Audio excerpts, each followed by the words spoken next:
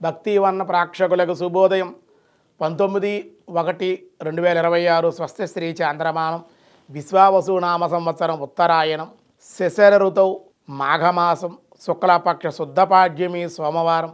పాడ్యమి రాత్రి 2:08 వరకు, ఉత్తరాషాఢ నక్షత్రం ఉదయం 12:19 వరకు, వర్జ్యం సాయంత్రం 4:30 నుండి 6:11 వరకు, దుర్ముహూర్తాలు మధ్యాహ్నం 12:33 నుండి 1:18 వరకు, మళ్ళీ మధ్యాహ్నం 2:46 నుండి 3:31 వరకు కూడా సూర్యోదయం 6:39, సూర్యాస్తమయం 5:44, అమృత గడియలు తెల్లవారుజామున 5:48 నుండి ఉదయం 7:10 వరకు, రాహుకాలం ఉదయం 7:30 నుండి 9 గంటల వరకు రాహుకాలం. శుభ సమయం ఈరోజు ఉదయం 6 గంటల నుండి 7 గంటల వరకు శుభకాలం, మధ్యాహ్నం 3 గంటల నుండి 4:10 వరకు శుభకాలం.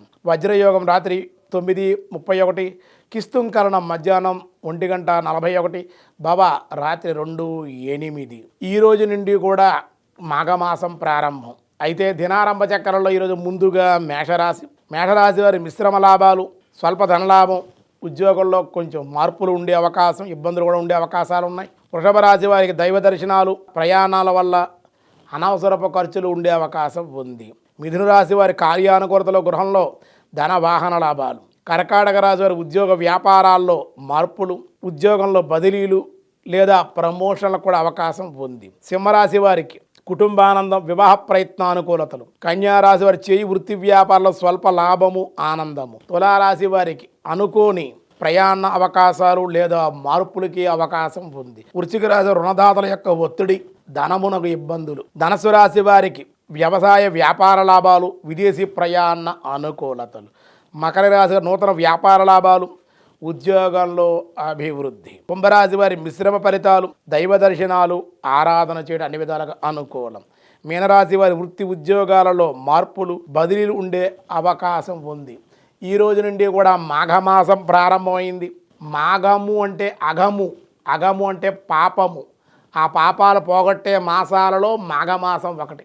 కార్తీక మాసం, వైశాఖ మాసం ఎలాగో మాఘమాసం కూడా అలాగే. అలాగే మాఘ పురాణము, మాఘ మహత్యము అని ఉంది. అది కూడా మన భక్తివన్ తెలుగు వన్లో మీరు యూట్యూబ్లో కనుక మాఘ మహత్యం లేదా మాఘ పురాణం లాగినైతే తెలుగు వన్ భక్తివన్ మీకు అందిస్తోంది. చక్కగా విని ఈ మాఘమాసంలో ఉండే ధర్మాలన్నీ కూడా మీరు పాటించండి. ఈ మాఘమాస వ్రతంలో శ్యామలా నవరాత్రులు అని అంటారు. అది కూడా ఈ మాసంలోనే ఈ పాడ్యం నుంచి ప్రారంభిస్తారు. మాఘమాసం అంటే విష్ణు ప్రీతికరమే కాదు, ఈ మాఘమాసాన్ని సూర్యమాసము అన్నారు. ఆరోగ్యం భాస్కరాదిచ్చేద్ నమస్కార ప్రియోభాను అన్నారు. అలాగే సూర్యుడికి జన్మించిన మాసం, సూర్యుడికి ఇష్టమైన మాసం, మనకు ఆరోగ్యాన్ని ఇచ్చే మాసం, అనారోగ్యాలు తొలగించే మాసం, అఘములు తొలగించే, పాపాలు తొలగించే మాసం మాఘమాసం. దీన్ని సూర్యమాసం అని కూడా అన్నారు.